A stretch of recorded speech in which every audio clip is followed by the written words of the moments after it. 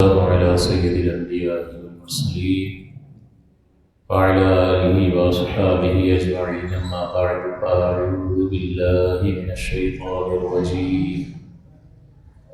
بسم الله الرحمن الرحيم.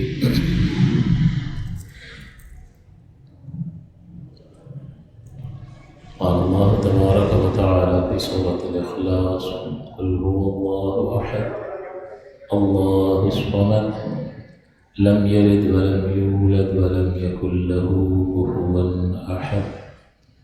صدق الله العلي العظيم وصدق رسوله النبي الأمين. عقائد سے متعلق اللہ تبارک و تعالیٰ کی ذات و صفات سے متعلقہ جو بنیادی ضروری عقائد ہیں وہ بیان کیے جا رہے ہیں، اور تقریباً ہم نے الہیات کا جو چیپٹر ہے وہ مکمل ہونے کو ہے تقریباً، جس میں ہم نے اللہ تبارک و تعالیٰ کی ذات پاک سے متعلق ضروری عقائد سیکھے، اللہ کی ذات پاک سے متعلق، پھر اللہ تبارک و تعالیٰ کی صفات سے متعلق کہ اس کی صفات دو طرح کی ہیں، ایک صفات ذاتیہ ہیں اور ایک صفات فعلیہ ہیں، جس کا بیان پچھلے ہفتے مکمل ہوا۔ آج جو چیز ذکر کرنی ہے اس میں عقیدہ یہ ہے کہ اللہ تعالیٰ کی جتنی بھی صفات کمال ہیں، اس کی خوبیاں ہیں، اس کے جو کمالات ہیں، وہ قدیم ہیں، ہمیشہ سے اس کی ذات پاک کے ساتھ ہیں۔ یہ عقیدہ رکھنا لازم اور ضروری ہے۔ قدیم کا مطلب یہ ہوتا ہے کہ جس پر کبھی بھی عدم طاری نہ ہوا ہو، یعنی نہ ہونا، کبھی بھی طاری نہ ہوا ہو کہ وہ چیزیں، وہ صفات نہیں تھیں، ہمیشہ سے ہیں۔ اللہ تعالیٰ کا رازق ہونا، حی ہونا، عالم ہونا، قادر ہونا، متکلم ہونا، اسی طرح سے شافی ہونا، معز ہونا، مذل ہونا، یہ ساری صفات جو ہیں وہ ہمیشہ سے اللہ تعالیٰ کی ذات پاک کے ساتھ قائم ہیں۔ تو اس کو اصطلاحی طور پر کہتے ہیں کہ اللہ تعالیٰ کی صفات قدیم ہیں۔ قدیم کی ضد ہوتا ہے حادث۔ حادث کا مطلب جو پہلے نہیں تھا بعد میں ہوا۔ جتنی بھی مخلوق ہے وہ حادث ہے، پہلے نہیں تھی بعد میں ہوئی۔ ہم بھی حادث ہیں، اور اللہ تبارک و تعالیٰ کی ذات پاک بھی قدیم ہے، اور اس کے ساتھ جو صفات کمال پائی جاتی ہیں وہ صفات کمال بھی ہمیشہ سے اس کے ساتھ ہیں، قدیم۔ یہ ہے عقیدہ۔ اگر یہ عقیدہ نہ رکھیں اور یہ کہیں کہ نہیں پہلے نہیں تھی بعد میں ملی ہیں اللہ کو، تو اس سے دو خرابیاں لازم آئیں گی۔ پہلی خرابی یہ کہ اس کا مطلب یہ ہے کہ اگر ہم یہ کہیں کہ اللہ تعالیٰ کی صفات ہمیشہ سے اس کے ساتھ نہیں ہیں، تو اس کا مطلب ہم یہ کہہ رہے ہیں کہ وہ پہلے ان کمالات سے خالی تھا۔ یعنی اس کا مطلب یہ ہوا کہ اللہ تعالیٰ کی ذات پاک کی طرف عیب کی نسبت کرنا لازم آئے گا۔ علم پہلے نہیں تھا بعد میں ملا، تو جب نہیں تھا تو گویا کہ معاذ اللہ جہالت کی نسبت اللہ کی طرف کر رہے ہیں۔ صفت سماعت، وہ سمیع ہے، وہ بصیر ہے، تو اگر یہ عقیدہ رکھا جائے کہ یہ سمیع ہونا اور بصیر ہونا پہلے نہیں تھا بعد میں ملا، تو اس کا مطلب یہ ہے کہ جب نہیں تھا تو اس کی ذات پاک میں جب یہ کمال موجود نہیں تھے تو نقص موجود تھا، یعنی بہرا ہونے کی نسبت اس کی طرف ہو جائے گی، اسی طرح سے نابینا ہونے کی نسبت اللہ کی طرف ہو جائے گی۔ تو عقل رہنمائی کرتی ہے یہاں پر، عقل سلیم، جیسا کہ میں نے آپ کی خدمت میں ابتدائی دروس میں یہ ذکر کیا تھا کہ عقیدہ 4 دلیلوں سے ثابت ہوتا ہے: قرآن، سنت، عقل سلیم اور سواد اعظم۔ عقل سلیم ہماری رہنمائی کرتی ہے کہ بھئی اگر اللہ تعالیٰ کی جتنی بھی صفات ہیں، جتنے بھی کمالات ہیں، اللہ کی ذات کے ساتھ ہمیشہ سے ہیں، ہمیشہ سے نہیں ہیں، ان میں سے دو میں سے ایک چیز کو تو ماننا پڑے گا، ہمیشہ سے ہے، ہمیشہ سے نہیں ہے۔ تو اگر کوئی یہ عقیدہ رکھتا ہے کہ اللہ کی صفات اس کی ذات پاک کے ساتھ ہمیشہ سے نہیں ہیں، یعنی وہ یہ کہتا ہے کہ حادث ہیں، قدیم نہیں ہیں، تو اس کا مطلب یہ ہے کہ پھر عقل ہماری رہنمائی کرتی ہے کہ اس کا مطلب اگر اللہ کی صفات کو حادث کہو گے، قدیم نہیں مانو گے، تو اللہ تعالیٰ کی طرف ہزارہ عیوب کی نسبت کرنا لازم آئے گا کہ وہ معاذ اللہ علم سے بھی خالی تھا، وہ معاذ اللہ قدرت سے بھی خالی تھا، سمیع اور بصیر ہونے سے بھی خالی تھا، اور پھر بعد میں اس کو صفات ملی۔ تو عقل کہتی ہے نہیں، یہ سوچ اور فکر اور یہ نظریہ درست نہیں ہے، بلکہ اللہ تعالیٰ کی جتنی صفات کمال ہیں وہ ہمیشہ سے اس کی ذات پاک کے ساتھ قائم ہیں۔ ایک خرابی تو یہ لازم آئے گی اگر ہم اس کی صفات کو حادث مانیں، قدیم نہ مانیں، تو اللہ تعالیٰ کو عیب والا ماننا گویا کہ پڑے گا، لازم آئے گا۔ اور اللہ تعالیٰ تو پاک ہے، سبحان ہے، لہٰذا عقل ہی رہنمائی کرتی ہے کہ کون سی سوچ رکھنی ہے۔ اللہ کی صفات قدیم ہے، حادث نہیں ہے، یہ درست سوچ اور فکر اور نظریہ ہے، اور اس درست سوچ اور فکر اور نظریے تک ہمیں عقل نے پہنچا دیا۔ دوسری خرابی یہ پائی جائے گی اس عقیدے میں کہ اگر ہم یہ کہیں کہ اللہ کی صفات ہمیشہ سے اس کے ساتھ نہیں ہے، تو پھر کس نے دی، کہاں سے ہے؟ اب جس نے دی ہیں وہ اللہ سے زیادہ طاقتور ہونا چاہیے، کیونکہ اللہ خود جو ہے ان کمالات کے سلسلے میں کسی اور کا محتاج ہے، تو محتاج تو خدا نہیں ہوتا، بلکہ جس نے دی ہیں اس کو خدا ہونا چاہیے۔ تو اس کا مطلب یہ ہوا کہ ہزارہ دوسرے خداؤں کا ماننا لازم آ جائے گا کہ کسی نے صفت سماعت دے دی، کسی نے بصارت دے دی، کسی نے قدرت دے دی، کسی نے علم دے دیا، تو کتنے خدا ماننے لازم آ جائے گا۔ تو لہٰذا یہ دوسری خرابی لازم آئے گی کہ اللہ کی صفات کو ہمیشہ سے نہ مانے، تو اس کا مطلب یہ ہے کہ پھر کہیں سے ملی ہیں اور کس نے دی ہیں، تو جس نے دی ہیں وہ اللہ سے بھی زیادہ طاقتور ہے، تو پھر خدا تو اس کو ہونا چاہیے۔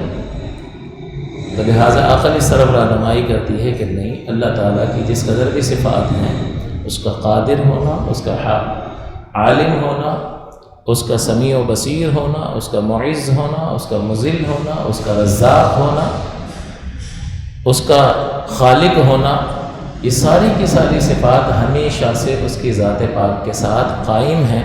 کوئی ایک لمحہ بھی ایسا نہیں گزرا کہ اللہ تبارک و تعالیٰ ان صفات سے خالی ہو، ورنہ عیب کی نسبت کرنا لازم آئے گا، ایک خرابی، اور دوسری کہ جب خالی تھا تو پھر کس نے دی، تو یہ دو خرابیاں لازم آتی ہیں۔ لہٰذا عقل ہی رہنمائی کرتی ہے کہ اگر اللہ تعالیٰ کی صفات کو حادث مانو گے تو یہ دو خرابیاں لازم آئیں گی، لہٰذا عقل کہتی ہے کہ اللہ تعالیٰ کی صفات کو قدیم مانو، کہ اس کے کمالات ہمیشہ سے اس کی ذات پاک کے ساتھ قائم ہیں۔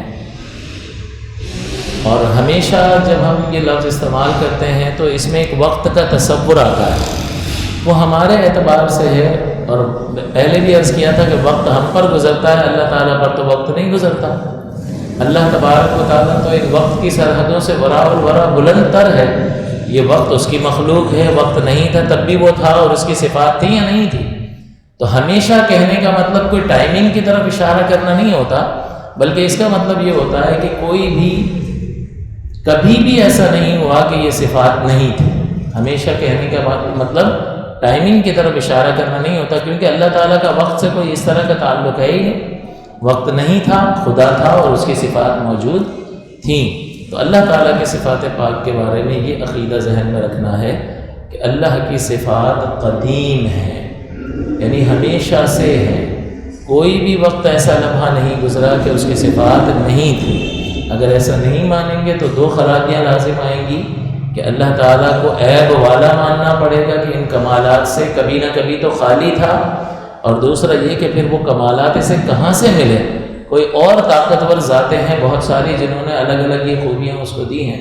لہٰذا یہ دو خرابیاں لازم آتی ہیں، تو عقل ہی رہنمائی کرتی ہے کہ اللہ تبارک و تعالیٰ کی صفات جو ہیں وہ قدیم ہیں، ہمیشہ سے اس کی ذات پاک کے ساتھ قائم ہیں۔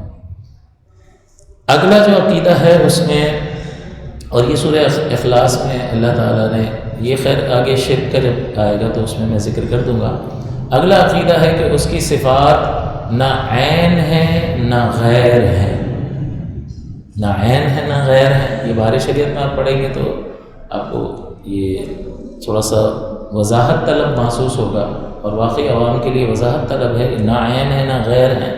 اس کا کیا مطلب؟ اللہ کی صفات نہ اس کی ذات کا نہ عین ہے نہ غیر ہے۔ تو اس کو اپنے اعتبار سے بلا تشبیہ سمجھنے کی کوشش کریں کہ ایک ہماری ذات ہے، یہ پورا وجود، اور دوسری ہماری خوبیاں ہماری صفات ہیں۔ یہ میرا بولنا میری خوبی ہے یا نہیں ہے؟ میرا پکڑنا، میرا چلنا، میرا بیٹھنا، میرا اٹھنا، یہ سارے میرے کمالات اور میری خوبیاں ہیں نا۔ تو کیا ان خوبیوں کا نام آصف ہے؟ نہیں، اس ذات کا، مکمل ذات کا نام آصف ہے۔ میرے پکڑنے کا نام تو آصف نہیں ہے، میرے دیکھنے کا نام تو آصف نہیں ہے۔ تو ہماری صفات بھی جو ہے وہ ہماری ذات کا عین نہیں ہوتی، یعنی ہماری صفات کا نام وہ نہیں ہوتا جو ہمارا نام ہے۔ اور نہ غیر ہونے کا مطلب یہ ہوتا ہے کہ وہ صفات ہماری ذات کا غیر ہیں، ہماری صفات، یعنی ہماری خوبیاں جو ہیں وہ ہماری ذات سے جدا ہو سکتی ہیں۔ اگر ہاتھ کٹ جائے تو پکڑنے کی صفت ختم ہو جائے گی یا نہیں ہوگی؟ تو ہماری صفات کا حال یہ ہے کہ ہماری صفات ہماری ذات کا غیر ہے، عین تو نہیں ہے کہ عین میرا پکڑنا ہی آصف ہو۔ کسی کا نام خالد ہے تو اس کے پورے وجود کا نام خالد ہے نا، یا اس کے پکڑنے کا نام خالد ہے، یا اس کا چلنا خالد ہے، تو ہم کہیں گے کہ ہاں یہ صفات جو ہیں وہ عین ذات نہیں ہے، وہ اس کا ایک فعل وہ پوری ذات نہیں ہے، بلکہ وہ صفات ذات کا غیر ہیں ہمارے اعتبار سے، غیر اس اعتبار سے کہ یہ صفات ہم سے جدا ہو سکتی ہیں۔ اب اللہ تبارک و تعالیٰ کی صفات کو سمجھنے کی کوشش کریں کہ عقیدہ یہ ہے کہ اللہ تعالیٰ کی صفات اللہ تعالیٰ کا عین نہیں ہے۔ عین کا مطلب یہ ہے کہ صفات ہی اللہ نہیں ہے۔ کیا اللہ کا دیکھنا اللہ ہے؟ کیا اللہ کا سننا اللہ ہے؟ آپ کہیں گے نہیں، یہ اللہ کی ذات علیحدہ ہے، ایک وجود پاک ہے، اور اس کی صفات جو ہیں وہ عین ذات نہیں ہے کہ ہم ان صفات کو اللہ کہیں۔ اللہ کا دیکھنا اللہ نہیں ہے، اللہ کا گرفت فرمانا اللہ نہیں ہے، اللہ کا شفا دینا اللہ نہیں ہے۔ تو جب ہم یہ جملہ بول رہے ہیں تو اس کا مطلب ہم یہ کہہ رہے ہیں کہ اللہ کی صفات اللہ کی ذات کا عین نہیں ہے، عین ذات نہیں ہے کہ صفات ہی جو ہے اس ذات کا نام ہو، کہ عزت دینا اللہ ہے، ذلت دینا اللہ ہے، رزق دینا اللہ ہے۔ نہیں، اللہ کا وجود پاک وہ علیحدہ ہے، اور اس کی صفات پاک جو ہے اس کی ذات کے ساتھ قائم ہے، اس کی ذات کا عین نہیں ہے۔ تو جب عین نہیں ہوگی تو پھر غیر ماننا لازم پڑے گا، کیونکہ ہماری ذات ہماری صفات کا عین نہیں ہے۔ میرا بولنا، خالد کا بولنا خالد تو نہیں ہے نا، تو عین تو نہیں ہے، لیکن غیر ہے کہ خالد کی زبان کٹ جائے گی تو اس کا بولنا ختم ہو جائے گا یا نہیں؟ تو غیر ہے، اس کا مطلب، غیر کا مطلب یہ ہے کہ وہ صفات اس ذات سے جدا ہو سکتی ہیں۔ ہماری صفات ہماری ذات سے جدا ہو سکتی ہیں۔ بینائی چلی جائے تو یہ بینائی کی خوبی ہماری ذات سے جدا ہو جائے گی یا نہیں ہو جائے گی؟ ہو جائے گی۔ لیکن اللہ تبارک و تعالیٰ کی صفات تو ختم ہو ہی نہیں سکتی، اس کی ذات سے جدا ہو ہی نہیں سکتی، تو جدا ہونے کو کہا جاتا ہے کہ غیر ہے۔ تو اللہ تعالیٰ کی صفات چونکہ اس کی ذات پاک سے جدا نہیں ہو سکتی، لہٰذا ہم کیا کہیں گے کہ اللہ کی صفات اللہ کی ذات کا غیر نہیں ہے، یعنی اس کا مطلب یہ ہوگا کہ اس سے جدا نہیں ہو سکتی۔ جدا نہیں ہیں تو اس کے ساتھ ہیں، اس کے ساتھ ہیں تو اس کا مطلب کیا کہ وہ صفات ہی اللہ ہے؟ یہ شبہ پیدا ہوتا ہے نا کہ وہ صفات ہی اللہ ہے۔ نہیں، عین ذات بھی نہیں ہے، صفت صفت ہے اور ذات ذات ہے، لیکن غیر بھی نہیں ہے کہ اس کی ذات پاک سے کبھی وہ صفات جدا ہو جائیں، ختم ہو جائیں۔ تو یہ اس عقیدے کا مفہوم ہے کہ نہ عین ذات ہے کہ صفات ہی کا نام اللہ ہو، اور نہ غیر ذات ہے بلکہ اس کی ذات پاک کے ساتھ قائم ہے۔ اس کو اس طرح سے سمجھیں کہ عین ذات کا مطلب صفت ہی اللہ نہیں ہے، اور غیر کا مطلب کہ اس سے جدا نہیں ہو سکتی، ہمیشہ اس کی ذات پاک کے ساتھ اس کے کمالات اور اس کی خوبیاں قائم رہیں گے۔ اس کے بعد اگلا عقیدہ ہے کہ اس کی صفات نہ مخلوق ہیں نہ زیر قدرت داخل. مخلوق کا ابھی آپ کو سمجھا دیا کہ صفات اللہ کی صفات مخلوق نہیں ہیں. مخلوق کا مطلب ہوتا ہے جسے تخلیق کیا گیا، جس کو پیدا کیا گیا. جیسے مقتول کا مطلب ہوتا ہے جسے قتل کیا گیا. مخلوق کا مطلب جسے تخلیق کیا گیا. مرزوق کا مطلب جسے رزق دیا گیا. تو اللہ کی جتنی بھی صفات ہیں، اس کے جتنے بھی کمالات ہیں، وہ مخلوق نہیں ہیں. اس کی وجہ یہ ہے کہ مخلوق اگر مانیں گے تو اس کا مطلب یہ ہے کہ مخلوق تو پہلے نہیں تھی، بعد میں پیدا ہوئی. اور ہم نے ابھی یہ عقیدہ سمجھا کہ اللہ تعالیٰ کی صفات تو قدیم ہیں. جب قدیم مانیں گے تو مخلوق کا خود بخود انکار ہو رہا ہے، کیونکہ مخلوق تو حادث ہے جو قدیم کی ضد ہے. تو اللہ تبارک و تعالیٰ کی صفات جو ہیں وہ قدیم ہیں، غیر مخلوق ہیں. مخلوق کا مطلب پیدا کیا ہوا. اگر پیدا کیا ہوا مانیں گے تو اس کا مطلب ایک وقت تھا کہ وہ نہیں تھی تو اس کا مطلب اللہ تعالیٰ ان کمالات سے اور ان صفات سے خالی تھا. تو اب عقیدہ کیا ذہن میں رکھنا چاہیے کہ اللہ تعالیٰ کے صفات مخلوق نہیں ہیں، یعنی ایسی چیزیں نہیں ہیں کہ جن کو بنایا گیا ہو، ہمیشہ سے اس کے ساتھ قائم ہے. اللہ کی ذات پاک اتنی کمال والی ہے کہ اس کی ذات پاک ان کمالات کا تقاضا کرتی ہے. ہماری ذات کمال چاہتی ہے یا نہیں چاہتی ہے؟ ہر کمال اور خوبی ہم چاہتے ہیں جو کہ بنے ہوئے ہیں، کسی کے بنائے ہوئے ہیں، مخلوق ہیں.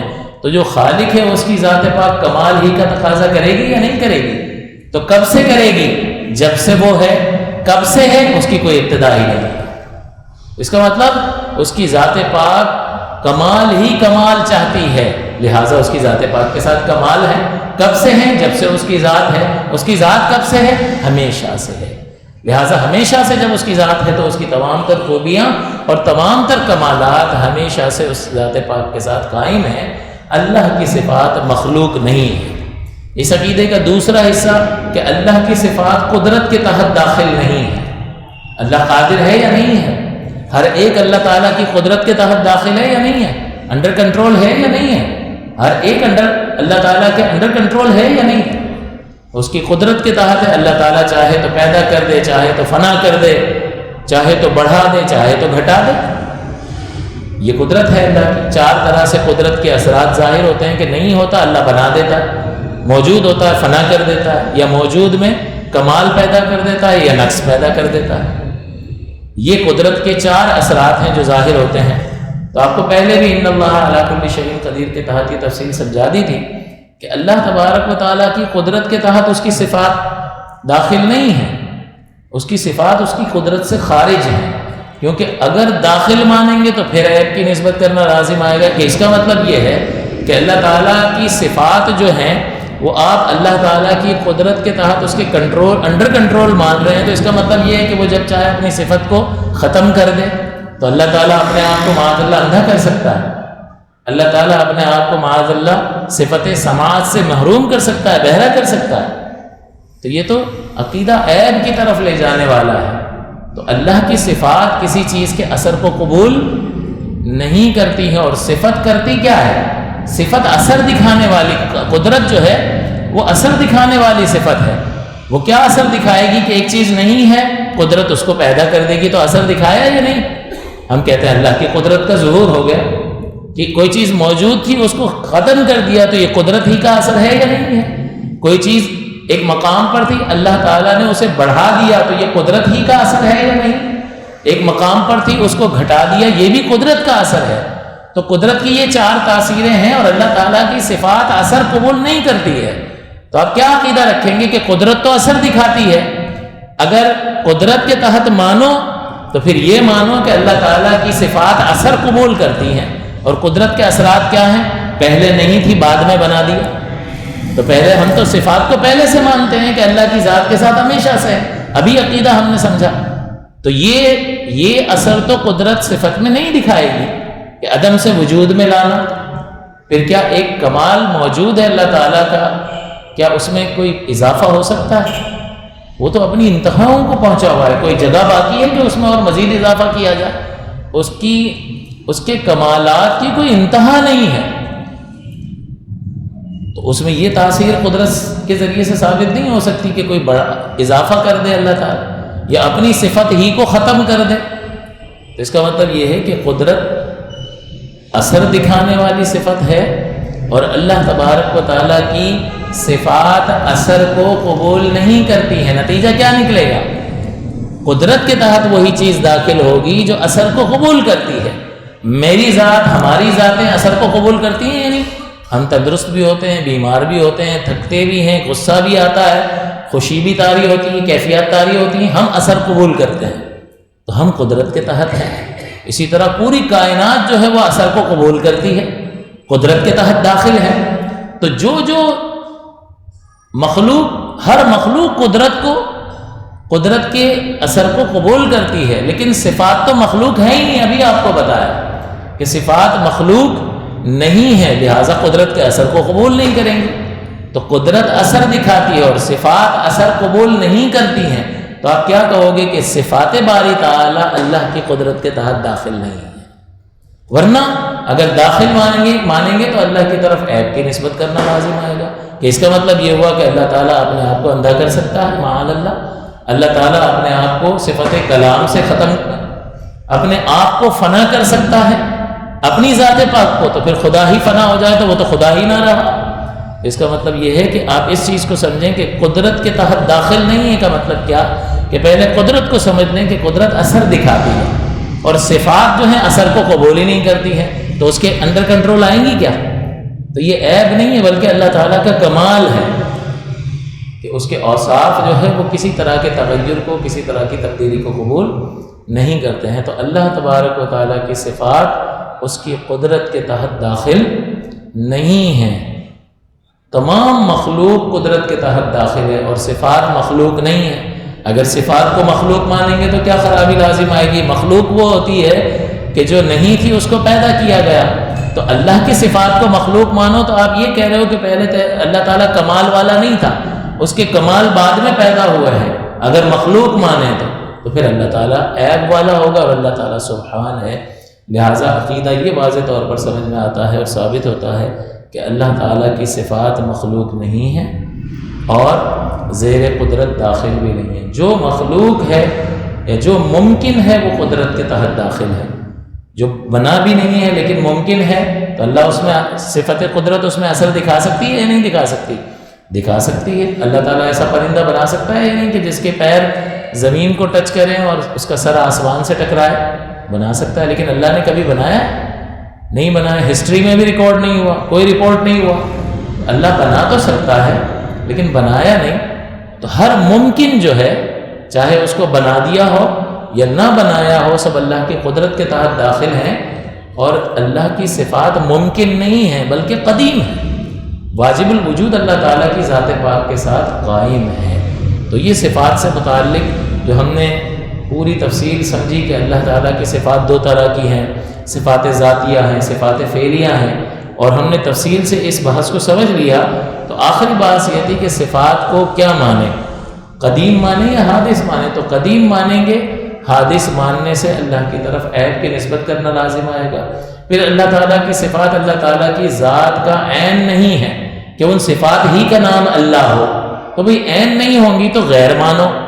غیر بھی نہیں مانیں گے کیونکہ غیر کا مطلب ہے جدا ہو جانا، اور یہ کمالات اللہ تعالیٰ کی ذات پاک سے کبھی بھی جدا نہیں ہو سکتے. تو آپ جملہ یہ بولیں گے کہ اللہ تعالیٰ کی صفات عین نہیں ہے اس کی ذات کا، یعنی ان صفات ہی کا نام اللہ نہیں ہے، اور غیر بھی نہیں ہے یعنی اس کی صفات، اس کی ذات سے یہ کمالات کبھی بھی جدا نہیں ہوں گے. تو اس کی صفات قدیم ہیں، پہلی بات. دوسری بات کہ اس کی صفات جو ہے نہ ذات کا عین ہے اور نہ ذات کا غیر ہے. اور تیسرا عقیدہ اللہ کی صفات مخلوق نہیں ہے. مخلوق مانیں گے تو پھر اس کے لیے نہ ہونا ماننا پڑے گا، اور یہ بھی اللہ کی طرف عیب کی نسبت ہے. اور چوتھی چیز جو ہے کہ اللہ تعالیٰ کی صفات قدرت کے تحت داخل نہیں ہے کیونکہ صفات باری تعالیٰ کسی طرح کے اثر کو قبول نہیں کرتی ہیں. یہ ان کا کمال ہے، یہ ان کا وصف ہے. اور اللہ کی صفت قدرت اثر دکھانے والی صفت ہے. لہٰذا جب صفات باری تعالیٰ اثر کو قبول نہیں کرتی ہیں تو اس صفت کے تحت نہیں آئیں گی جو صفت اثر دکھانے والی ہے. تو یہ 4 چیزیں آج ہم نے سیکھی کہ اللہ تعالیٰ کی صفات قدیم ہیں، ہمیشہ سے اس کی ذات پاک کے ساتھ ہے۔ دوسرا، اللہ تعالیٰ کی صفات نہ اس کی ذات کا عین ہے نہ غیر ہے۔ تیسرا، اللہ تبارک و تعالیٰ کی صفات مخلوق نہیں ہیں، ہمیشہ سے ہیں۔ اور چوتھا، اللہ تعالیٰ کی صفات اللہ کی قدرت کے تحت داخل نہیں ہے۔ اللہ تعالیٰ سے دعا ہے کہ اللہ تعالیٰ ان امور کو یاد رکھنے کی اور اس کے مطابق اپنی سوچ اور فکر اور نظریے کو اختیار کرنے کی توفیق عطا فرمائے۔ آپ اس سے ذرا 2-4 بار ویڈیو ریکارڈ ہو چکی ہے اور ہمارے چینل پر انشاءاللہ موجود رہے گی، تو آپ سے گزارش ہے کہ آپ خود بھی اور اپنے بچوں کو فیملی کے ساتھ بٹھا کر اس کو بار بار سنوائیں، تو ایک چیز بار بار سماعت سے ٹکراتی ہے تو وہ یاد رہ جاتی ہے اور اس سے عقیدہ درست ہو جائے گا، اور عقیدہ درست ہوگا تو ظاہر سی بات ہے اللہ کی ذات پاک کے بارے میں جیسی سوچ اور فکر اور نظریہ ایک مسلمان کو رکھنا چاہیے، ہم ویسا نظریہ رکھنے میں کامیاب ہو جائیں گے جو ہمارے ایمان کی حفاظت کا سبب بنے گا، ہمیں گمراہی یا کفر میں مبتلا کرنے سے ہماری حفاظت کرے گا۔ اللہ تعالی ہمارے ایمانوں کی حفاظت فرمائے اور اس احساس ذمہ داری کے ساتھ اپنے گھر والوں کی تربیت کی توفیق عطا فرمائے، کیونکہ یہ چھوٹی سی زندگی ہے، اس میں کام کرنا ہے۔ میرے سامنے اگر آپ 4 آدمی 2 آدمی بھی بیٹھے ہوں گے، میں آؤں گا، وقت فرصت ہے کہاں، کام ابھی باقی ہے، نور توحید کا اتمام ابھی باقی ہے۔ تو ہمیں اپنے آپ کو تھکانا ہے حضور کے اس دین کی خدمت کے لیے، اپنی سی کوشش کر کے چلا جانا ہے۔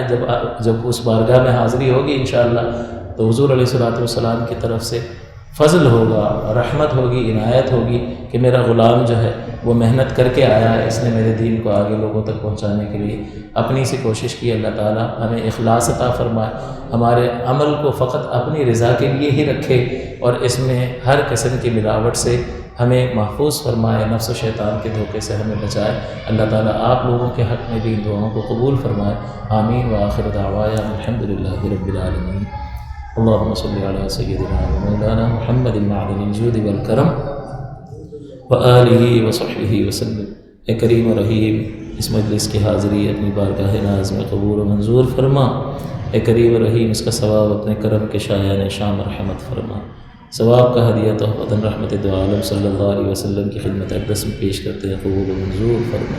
یا اللہ، آدم علیہ السلام سے لے کر قیامت تک جتنے اہل ایمان گزریں گے تمام کے ارواح کو عطا، خصوصیت کے ساتھ حاضرین مجلس کے جو اعزہ اقرباء اس دنیا فانی سے گزر چکے، یا اللہ ان کی ارواح کو اس کا ثواب عطا فرما۔ اے کریم و رحیم، میرے والد محترم کی روح کو اس کا ثواب عطا فرما، ان پر اپنی خصوصی رحمتوں کا نزول فرما۔